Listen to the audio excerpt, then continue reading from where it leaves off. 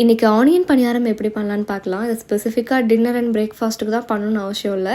இது நீங்கள் ஸ்நாக்ஸாக கூட கிட்ஸுக்கு ரெடி பண்ணி கொடுங்க, ரொம்ப விரும்பி சாப்பிடுவாங்க. பிகாஸ் இதை சட்னி இல்லாமல் சாப்பிட்டாலே ரொம்ப நல்லாயிருக்கும். மறக்காமல் சேவ் பண்ணி வச்சுட்டு ட்ரை பண்ணி பாருங்கள். ரெசிபி சொல்கிறேன். ஃபஸ்ட்டு ஒரு பேனில் எண்ணெய் ஆட் பண்ணி எண்ணெய் காஞ்சதுக்கப்புறம் கடுகு, உளுந்து, சீரகம் ஆட் பண்ணிக்கலாம். சீரகத்தோட குவான்டிட்டி கொஞ்சம் அதிகமாகவே ஆட் பண்ணிக்கலாம். நெக்ஸ்ட்டு இது கூட கடுகு வெடித்ததுக்கப்புறம் ஆனியன் ஆட் பண்ணி நல்லா வதக்கிக்கலாம். ஆனியன் ஓரளவு வதங்குறப்பவே பச்சை மிளகாய் ப்ளஸ் கொத்தமல்லி இது ரெண்டையுமே ஒன்றும் பாதிகமாக அரைச்சி அதையும் ஆட் பண்ணிக்கலாம். ஒன்ஸ் ஆனியன் நல்லா வதங்கினதுக்கப்புறம் இந்த வதங்கின ஆனியனை அப்படியே நம்ம தோசை மாவில் ஆட் பண்ணிக்கலாம். ஆட் பண்ணி நல்லா மிக்ஸ் பண்ணி விட்டுக்கலாம். இது ஊறணும்லாம் அவசியம் இல்லை, இன்ஸ்டன்ட் தான். கொஞ்சமாக உப்பும் ஆட் பண்ணி நல்லா மிக்ஸ் பண்ணி விட்டுக்கோங்க.